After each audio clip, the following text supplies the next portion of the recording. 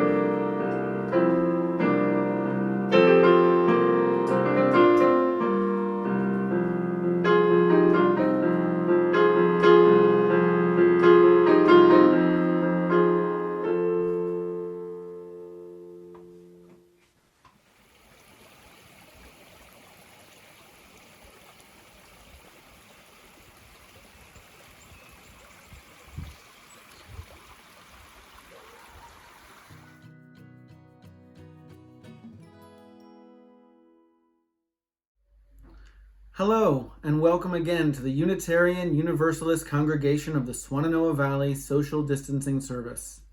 I'm Evan Yannick, and I'm a member of the Board of Trustees. And here are the rest of your board to say hello. We miss you. We love you. Everybody. We miss everybody. If you are watching on Facebook or YouTube, thanks. Our online services have been viewed hundreds of times, so I'm glad that even if we can't be together in person, we are still reaching our community in spirit. We welcome everyone to our service, especially those of you who are searching for a spiritual home. Many of us were once, too, seeking for something larger than ourselves to which we could belong, a sense of rootedness to hold us as we create meaning together. We do that well here, though not perfectly. In this congregation, we strive not for perfection, but for authenticity and connection. Whether it's your first time in worship with us or your 100th, we hope that you'll find here questions that stretch you, people to befriend you, and liberal religious values that challenge you to join us in loving boldly, living justly, and welcoming radically. We hope you are all staying safe and finding ways to fill your time. We know that it has been a difficult month, and it looks to be quite some time before we will be able to meet again. It will be a special day when we can all gather again. And if you found us online for the first time, we welcome you to come visit us once we are able. The work our congregation has been doing to support our church during this unique time has been impressive. I think you'll find today's service is extra special. I want to thank everyone in the congregation for helping to make our annual canvas a success. We are now up to 96% of our goal. If you are one of the last stragglers who has not sent in a pledge card, please make this a priority this week. The success of this drive will prove to be the future success of our church. And now, let our service begin.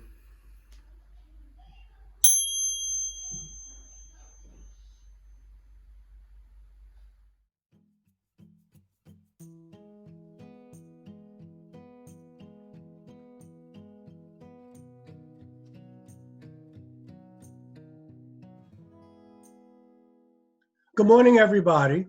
Here we are back again on Sunday.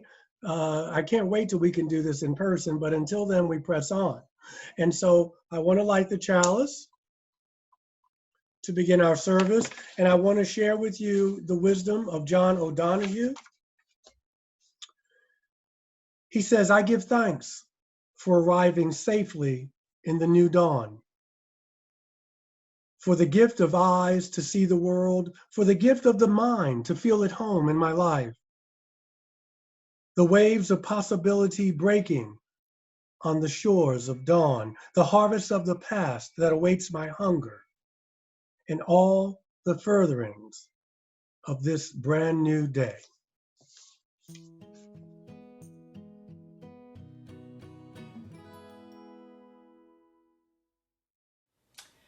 This is hymn number 6, Just as Long as I Have Breath. Sing along.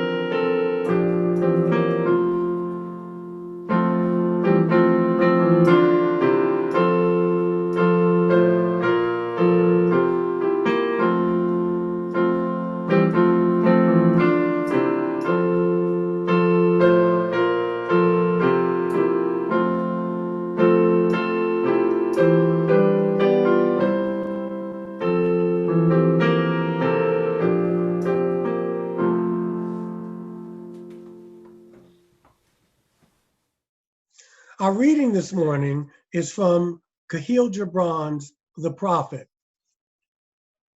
And an astronomer said, Master, speak to us of time.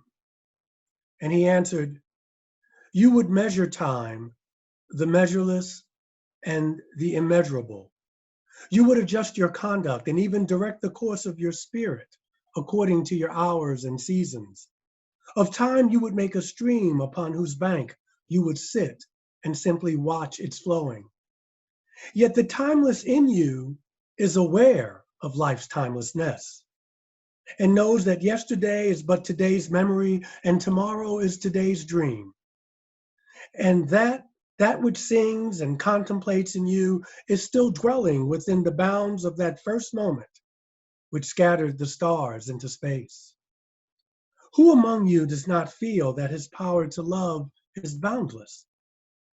And yet who does not feel that very love, though boundless, encompassed within the center of his being and moving not from love thought to love thought, nor from love deeds to other love's deeds?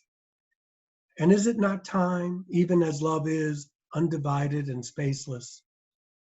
But if in your thought you must measure time into seasons, let each season encircle all of the other seasons, and let today embrace the past with remembrance and the future for the longing.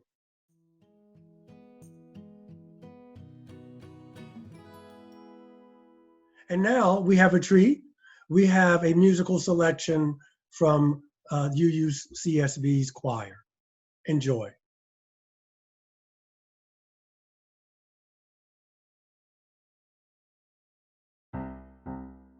We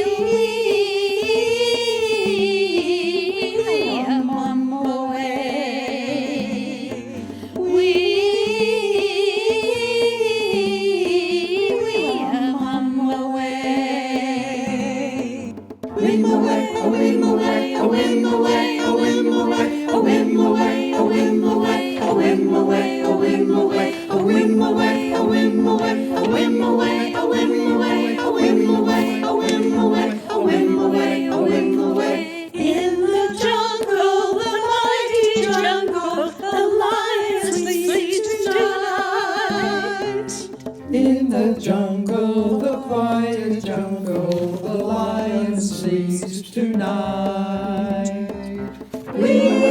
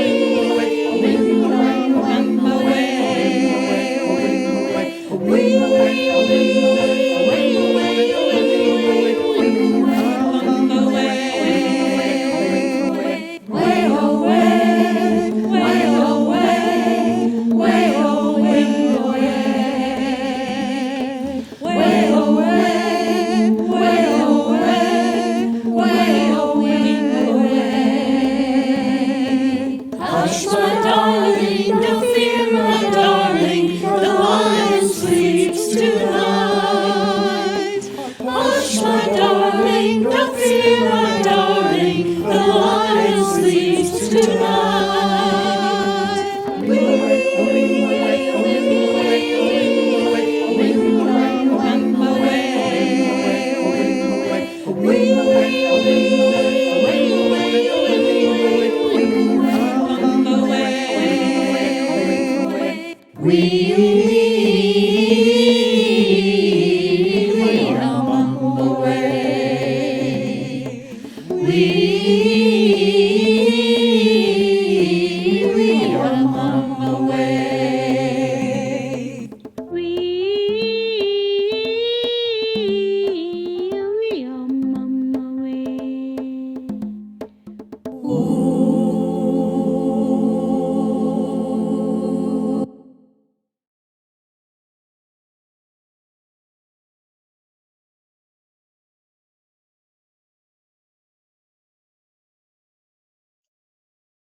Okay, now's the time in our service for joys and concerns. We only had one this week, and so it's from Jim Carillon, but he's writing it from the perspective of Finley. Finley is 10 months old, and so Finley is saying that if you want a virtual hug from Poppy or Granny, which is Jim or Eileen, send an email, preferably with a picture, to jimcarillon@gmail.com, and you'll get a hug. And Finley says that virtual hugs are all we can do now until this is over. And he's right. He's right. And so that was our only joy. But for those of you who, for whatever reason, did not get them in on time or decided not to send anything, just know that all the time we do, but especially during this time, we keep you in our hearts and in our minds. And yes, some of us do pray in the congregation, so we keep you in our prayers as well.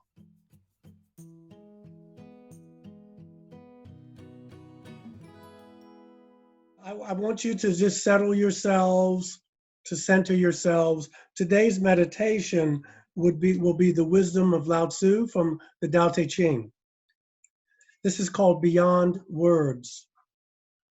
Existence is beyond the power of words to define. Terms may be used, but none of them are absolute. In the beginning of heaven and earth, there were no words. Words come out of the womb of matter. And whether we dispassionately see to the core of life or passionately see the surface, the core and the surface are essentially the same thing. Words making them seem different only to express appearance. If name be needed, wonder names them both. From wonder into wonder, existence opens. And now, with the time ahead of us, while all our minds are one, I leave you with the eloquence of silence.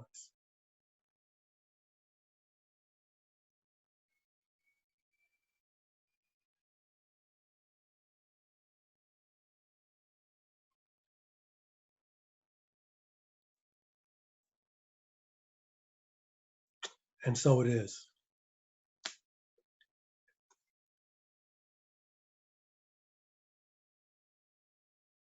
Planting trees early in spring, we make a place for birds to sing in times to come.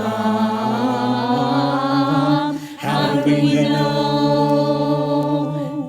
They're singing now, singing now. There is no other guarantee that singing will ever be. Singing will ever be. Planting trees early in spring, we make a place for birds to sing in times to come. How do we know?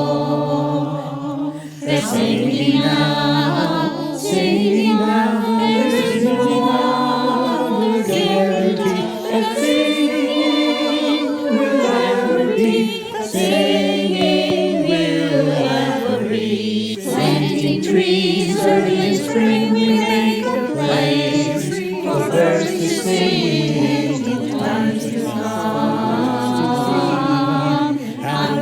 now. They're singing now, singing now, there's no other guarantee that singing will ever be, singing will ever be, singing will ever be. Okay, let's talk about soul. Soul. When I initially started attending UU church services, as many of you know, I was living in New York City, and I was a member of the Community Church of New York, which at one time was one of our most prominent UU congregations in the denomination, at least historically speaking. It was a very diverse church, racially, ethnically, and the leadership. You know, we had a very diverse group of people who were leading that church. One of its early ministers was the Reverend John Haynes Holmes, who was not only a pacifist, but he was quite the activist, and he was a founding member of the NAACP. And Holmes was also a humanist. The minister, when I was attending, was the Reverend Bruce Southworth. And Reverend Southworth is retired now. He's a native of Tennessee. And he believed in me. He believed in my ministry. When I told him I wanted to be a UU minister, he was very encouraging, and he gave me opportunities to lead, and I served on the board there. It was a very, very good experience for me as an introduction into Unitarian Universalism. Reverend Southworth would always remind us that one of the reasons we attend UU church services was to grow our souls. And I noticed that the humanist in the congregation would always flinch a bit when he said this, but I like the idea. And it's always stuck with me these many, many years. And I've mentioned Bruce to you. I've used some of his readings and services and board meetings and what have you. So the question is this morning, this talk about soul, what does this really mean, right? What is a soul? What does it mean to have a soul? Do we have a soul? Granted, it's a loaded word for many of us. The word is loaded with all sorts of baggage from our past. You know, Sunday school, religious education back in the day, catechism class, maybe some of you remember that. Our souls go to heaven if we're good, and our souls go to hell if we're bad. It can bring up painful and traumatic memories, at least uncomfortable memories for some of us. Well, the dictionary meaning of the word soul tells us that the soul is the part of us human beings that is immortal. It simply does not die. Now, some people use the word spirit interchangeably with soul. C.S. Lewis is reported to have said that you don't have a soul, you are a soul, but you have a body. Now, many religions adhere to this definition of the word, that, you know, the human soul is immortal. It can be tough for some people, but there is something about us that lives on. We hear that consciousness goes on, that energy can't be destroyed. Einstein tells us it can only be transformed. And yet there can be other definitions of the word soul that we gravitate to as well. We know what soul can mean. We listen to soul music, now referred to as rhythm and blues. We may say that a person has, you know, soulful eyes. Back in the early 1990s, there was a book on the New York Times bestseller list by author Thomas More entitled Care of the Soul. We know that soul means having a certain amount of depth to one's being while perceiving life and the world around us. These definitions of the word and uses of the word soul have nothing to do with religion per se.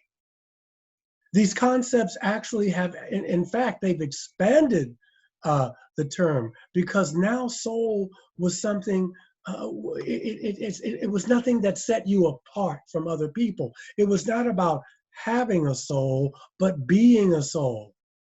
It wasn't a record of your so-called sins, but was something that connected you to other people. It was descriptive of what it means to be a human being. And no religion can control or define that for us. It is what makes us brothers and sisters, regardless of our race, creed, sexuality, social, economic status, etc. In short, it is the essence. The soul is the essence of our true selves. Now, I'll tell you what I mean by that. Essence is not found in how life appears, okay? That's just the veil. To find essence, one must lift the veil. One must look beyond the personality or the false self. Essence is the truth of who you are. It isn't temporal. It isn't the changing or inconsistent part of ourselves. Essence is the eternal, the unchanging, the consistent part of us, because essence is love, and it never stops being love. Essence or soul requires that we take the time to look within. We cannot keep looking outside of ourselves for validation or approval.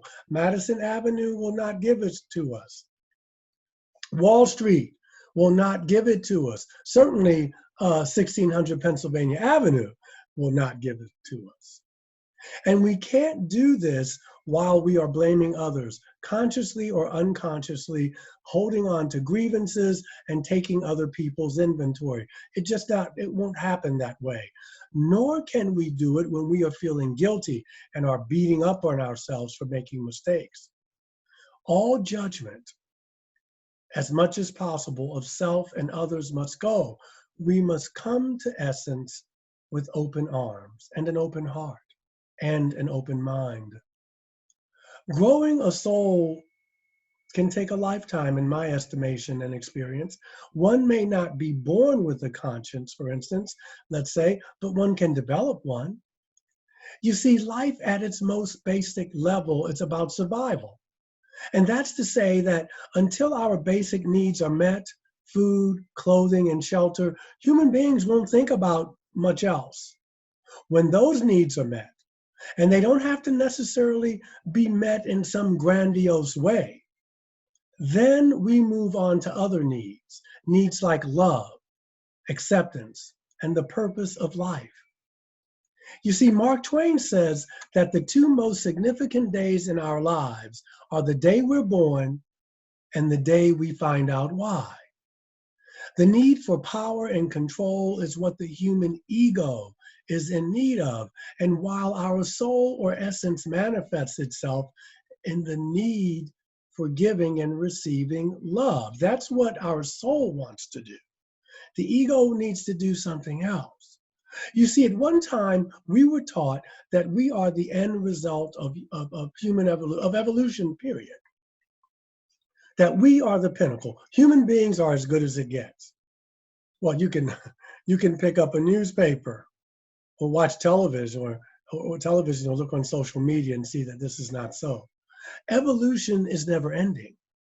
Evolution is more than just the survival of the fittest, and it's not always a linear process. There's a cyclical nature to life, and it's difficult to know why this is, yet we know that when two human beings interact with one another, and if both of them have the same level of intelligence, yet one of them is small-minded and mean, and the other one is more altruistic and kind, we say that the latter human being is the more evolved of the two.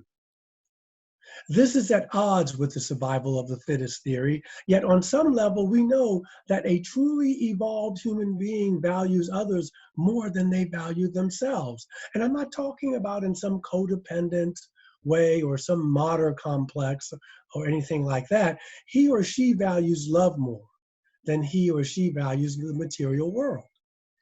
This is what the sages of the ages have been trying to teach us for millennium. All the avatars and saints and what have you, they've been trying to tell us that.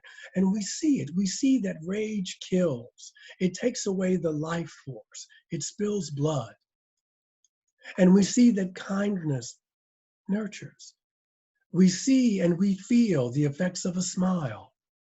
The same instruments and technology that we use to destroy can also be used to replenish the earth and for peace as well.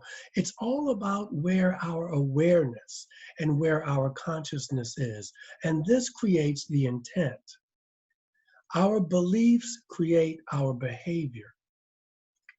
When we have a reverence for life, our lives are filled with meaning and purpose. And when reverence is lacking, we have the world we live in now. We come to understand what causes our heart to expand and what causes it to contract, what causes us to grow and what causes us to shrivel like a raisin in the sun. We realize what nurtures us and nourishes our soul and what depletes us.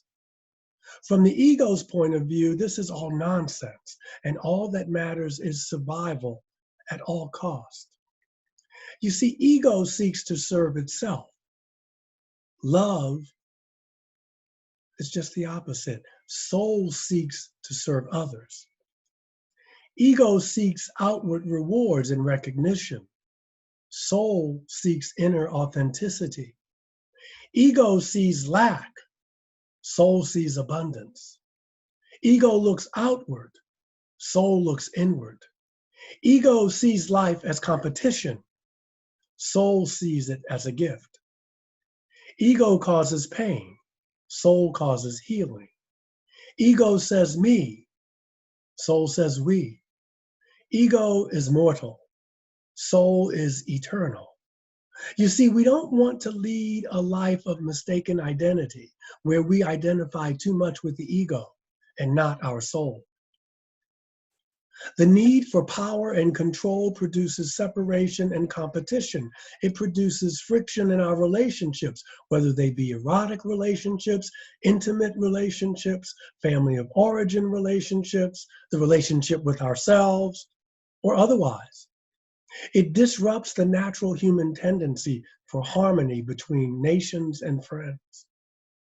The same energy that sends warriors to Iraq or Afghanistan, Ukraine and Syria and other areas of the globe, the same energy that sent soldiers to Vietnam and the Crusaders to Palestine during the Crusades, the same energy that separated the family of Romeo and Juliet, the same energy that separates us today because of race or sexuality. This is the same energy that seeks power and dominance over others. It is an external power. You see, the soul's power radiates from who and what we are internally. Police departments, like the military, are produced by the perception as power being external. Boots and badges and ranks and uniforms and automatic weapons and such. I remember when they just had a 38 on a holster. These are all symbols of fear. The fear to engage the world without defenses. Now, those of us who encounter these symbols, we're fearful as well. We fear the awesome power of these symbols.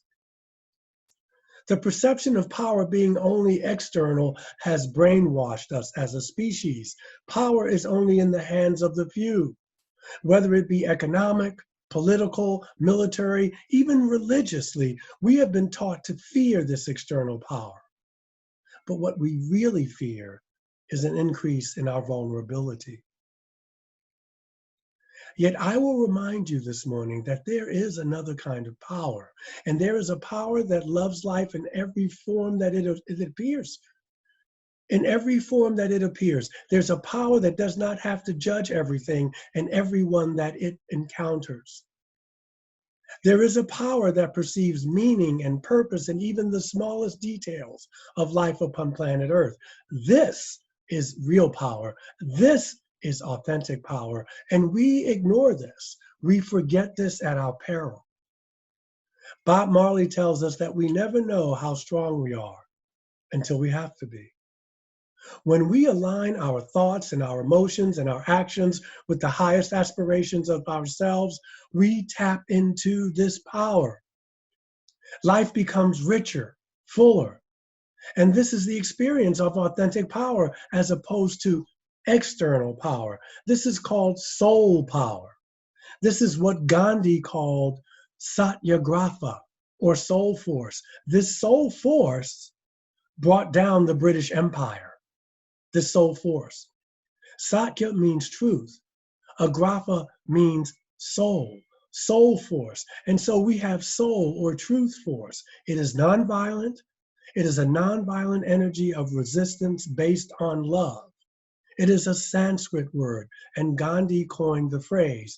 Dr. King later used it to humble our empire as well.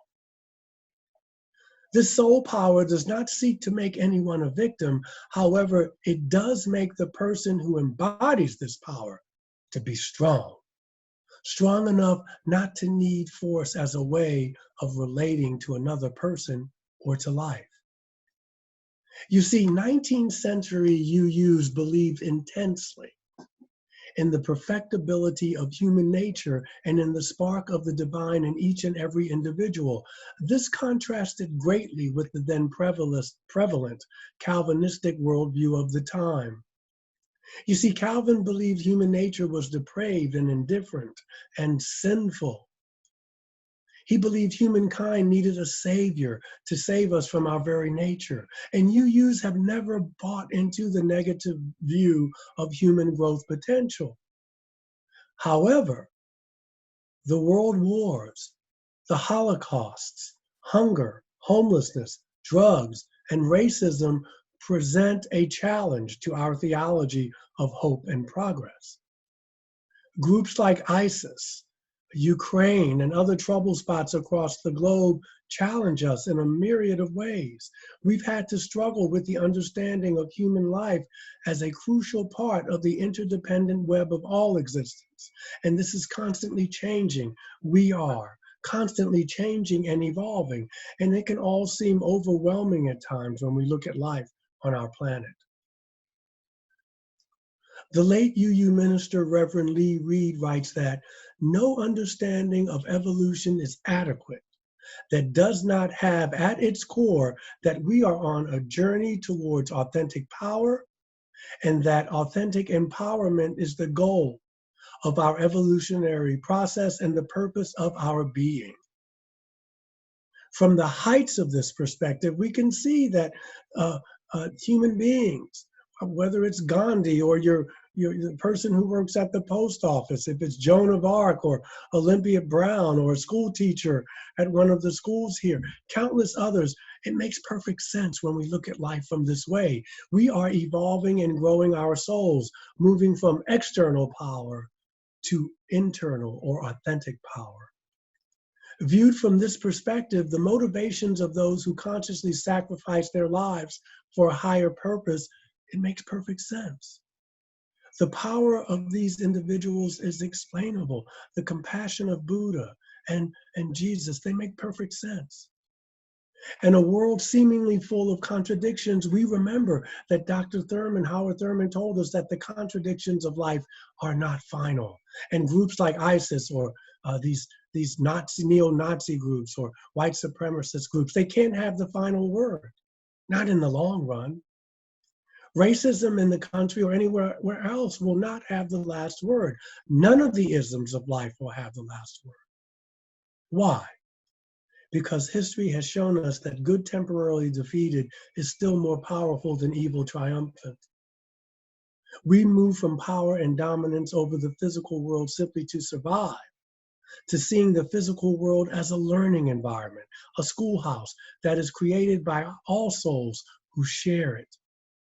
And everything that occurs within it serves for our learning and growth.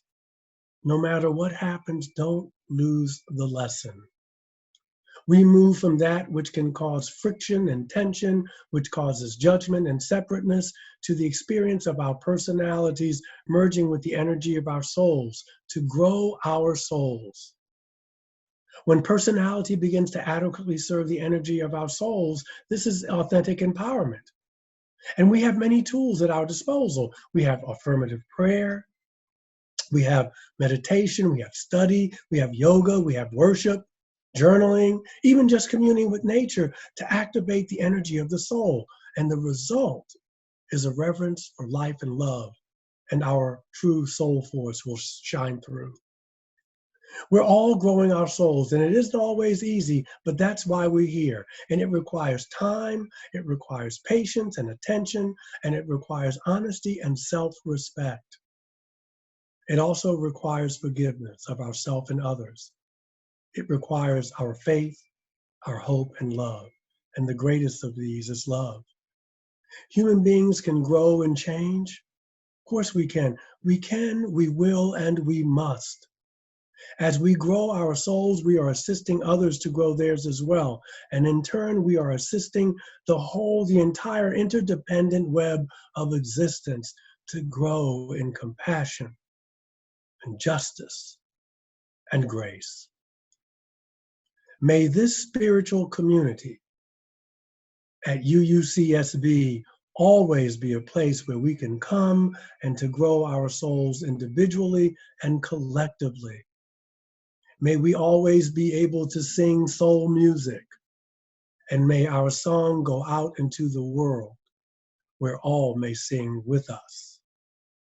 Amen, and blessed be. Have a wonderful, soulful, and soul-filled afternoon.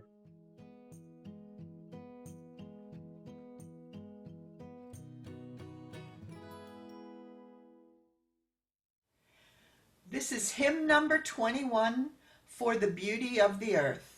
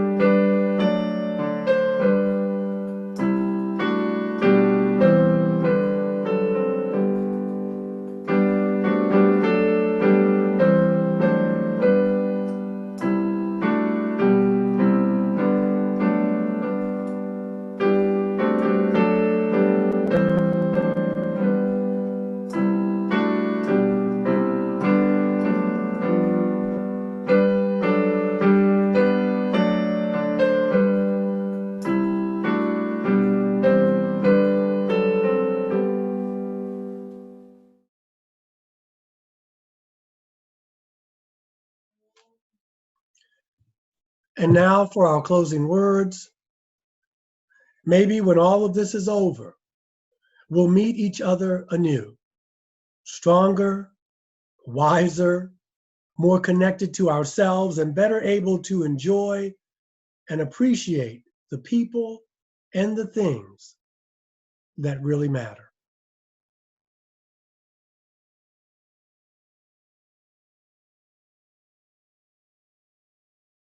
This is Song of the Soul by Chris Williamson.